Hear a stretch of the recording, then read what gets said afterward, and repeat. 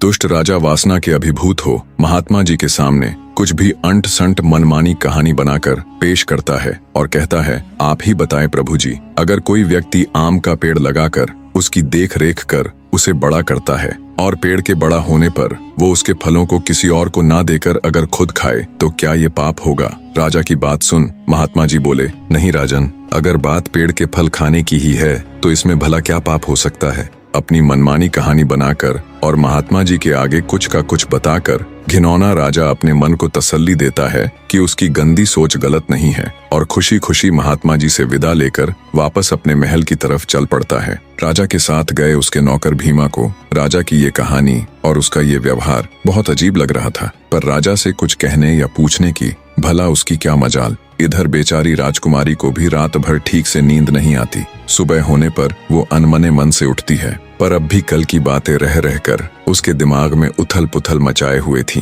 अंततः राजकुमारी तारा ने सोचा कि कहीं ये सब उसका वहम तो नहीं, क्या पता उसके पिता ऐसे ना हो और वो ही उनके बारे में कुछ भी अनाप शनाप सोचे जा रही हो। इसी सोच के साथ राजकुमारी अपने पिता से बात करने का निर्णय लेती है और जब उनके निवास स्थान पर जाती है तो राजा को वहां नहीं पाती, क्योंकि राजा उस समय जंगल में महात्मा जी के पास गया हुआ था। राजा मदन पाल महात्मा से मिलकर वापस अपने महल आ जाता है। काफी देर सोच विचार कर वो एक पत्र लिखता है और वो पत्र अपने नौकर भीमा को देते हुए उसे हुक्म देता है कि इस संदेश पत्र को लेकर तुम फौरन प्रतापगढ़ जाओ और राजा धर्मपाल को ये पत्र दे देना। राजा का हुक्म मिलते ही नौकर भीमा तुरंत प्रतापगढ़ के लिए निकल पड़ता है। कुछ ही घंटों का सफर कर वो प्रतापगढ़ पहुंच जाता है। राजा धर्मपाल दरबार लगाए राजसभा में बैठे थे। भीमा राजा धर्मपाल को प्रणाम कर जब राजा का दिया पत्र उन्हें देने लगता है तो राजा धर्मपाल कहते हैं, क्या संदेश लाए हो, जोर से पढ़कर सुनाओ। तो